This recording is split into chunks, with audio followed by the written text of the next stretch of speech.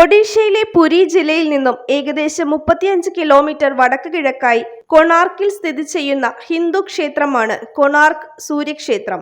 13-ാം നൂറ്റാണ്ടിൽ നിർമ്മിച്ച ഈ ക്ഷേത്രം സൂര്യദേവനായ സൂര്യന്റെ തേരാളിയുടെ രൂപത്തിലുള്ള ഒരു കലിംഗ വാസ്തുവിദ്യാ നിർമ്മിതിയാണ്. ഇന്ത്യയിലെ പുരാതന ക്ഷേത്ര വാസ്തുവിദ്യയുടെയും കലാവിരുതിന്റെയും ഒരു ഉത്തമ ഉദാഹരണമാണ് കൊണാർക്ക് സൂര്യക്ഷേത്രം. ക്ഷേത്രത്തിന് 24 ചക്രങ്ങളുണ്ട്.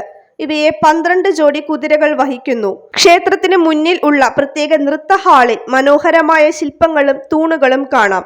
കിഴക്കൻ ഗംഗ രാജവംശത്തിലെ രാജാവായ നരസിംഹദേവൻ ഒന്നാമനാണ് ഈ ക്ഷേത്രം നിർമ്മിച്ചതെന്ന് പറയപ്പെടുന്നു. ക്ഷേത്ര സമുച്ചയത്തിന്റെ അവശിഷ്ടങ്ങളിൽ 100 അടി ഉയരമുള്ള ഒരു രഥത്തിന്റെ രൂപമുണ്ട്. ഒരു കാലത്ത് 200 അടി ഉയരമുണ്ടായിരുന്ന ക്ഷേത്രത്തിന്റെ ഭൂരിഭാഗവും ഇപ്പോൾ അവശിഷ്ടങ്ങളാണ്. കൊണാർക്ക് ക്ഷേത്രത്തിന്റെ നാശത്തിന്റെ കാരണം വ്യക്തമല്ല. അതിപ്പോഴും വിവാദമായി തുടരുന്നു.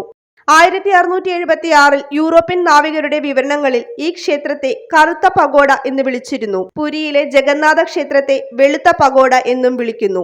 1984-ൽ യുനെസ്കോ ലോക പൈതൃക സ്ഥലമായി കൊണാർക്ക് സൂര്യക്ഷേത്രത്തെ പ്രഖ്യാപിച്ചു. ഫെബ്രുവരി മാസത്തിൽ ചന്ദ്രഭാഗ മേളയ്ക്കായി എല്ലാ വർഷവും ഒത്തുകൂടുന്ന ഒരു പ്രധാന ഹിന്ദു തീർത്ഥാടന കേന്ദ്രമാണ് കൊണാർക്കിലെ സൂര്യക്ഷേത്രം.